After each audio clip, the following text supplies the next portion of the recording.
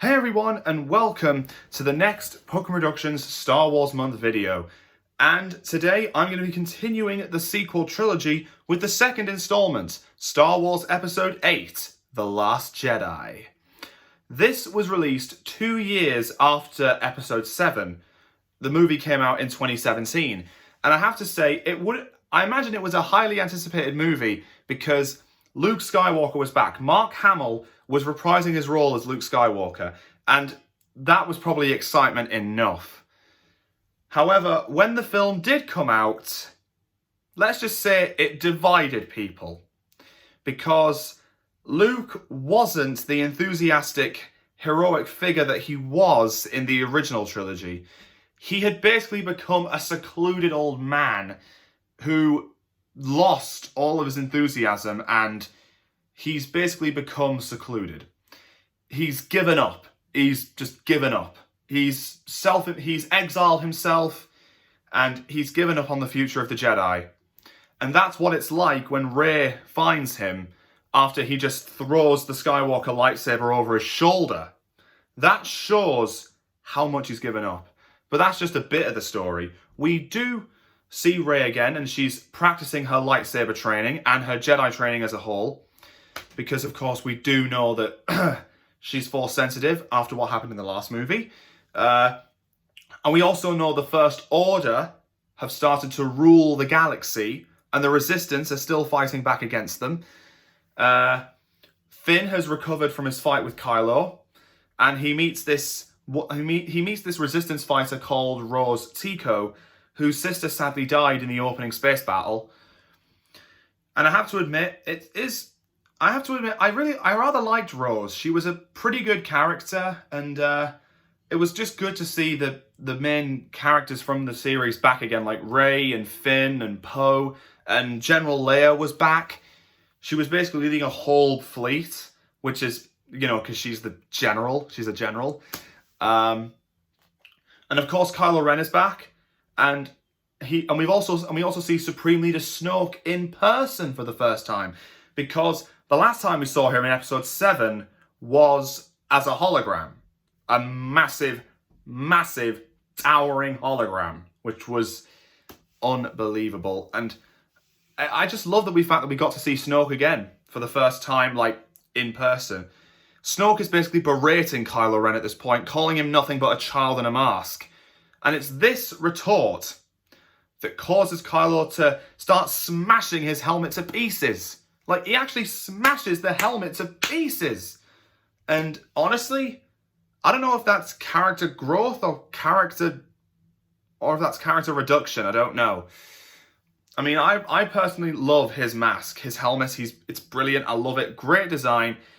But then, of course, Kylo now has that scar across his face because of that injury he sustained from Rey in the last film.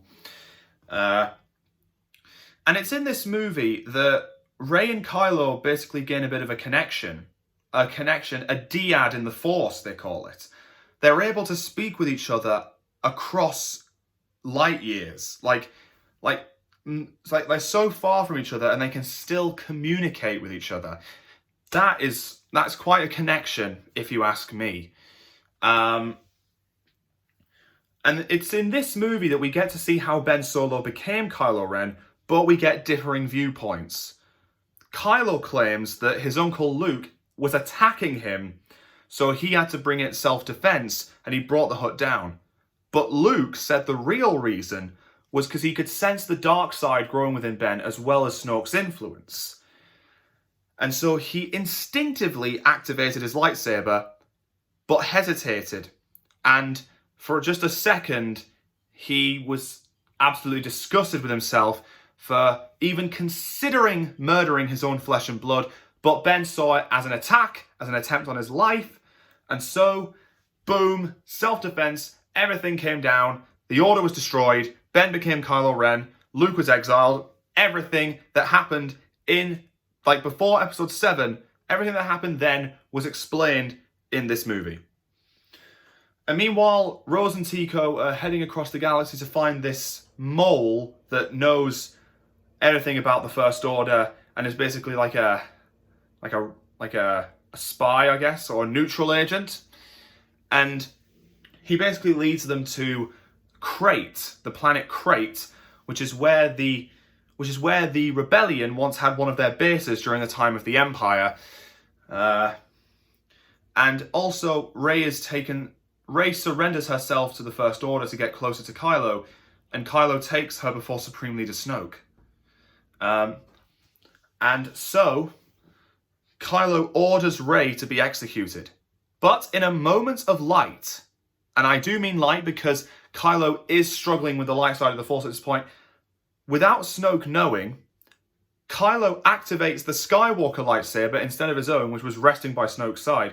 He turns it towards Snoke, activates it, and bisects him. Like, he actually killed Snoke. And honestly, I think pretty much everyone in the audience was as shocked about it as Snoke was. And that leads to a massive battle with Snoke's protectors, the elite Praetorian Guard. And I have to admit, it was a pretty good fight. I'm not going to lie.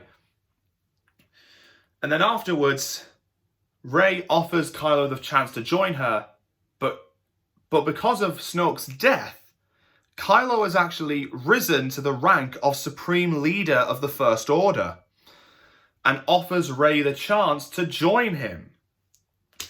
And this leads to a telekinetic tug of war between the two as they fight each other over the Skywalker lightsaber.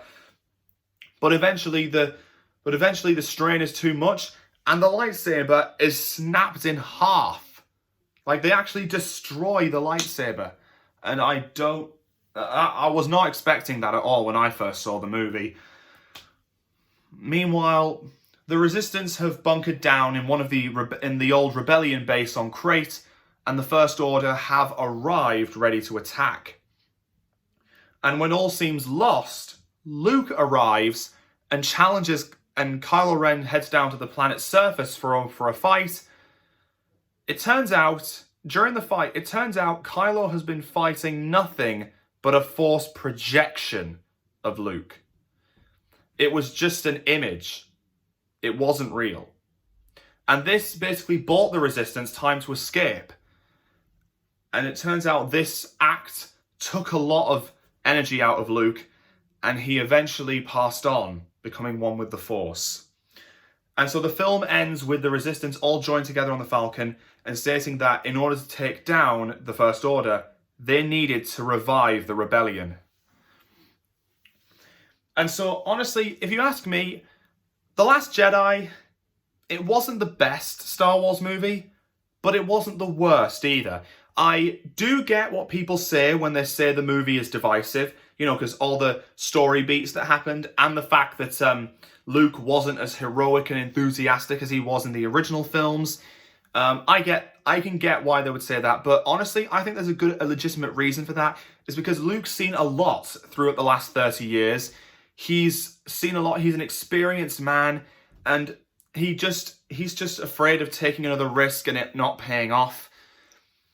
But yeah, it is a massive contrast between this version of Luke and the original version. But I will say, one of the most iconic things that The Last Jedi gave us was the Porgs, these little penguin-like things that live on the island where Luke was exiled to. I think a lot of people just love them, and to be honest, they are kind of cute, actually. It's kind of like how BB-8 was basically the selling point of The Force Awakens and all that sort of stuff. But all in all, The Last Jedi was an okay movie. It was okay. Not great, not terrible. I hope you guys enjoyed this video. Let me know in the comments what you think of Episode 8, The Last Jedi, and I will see you in the next video. So take care, everyone.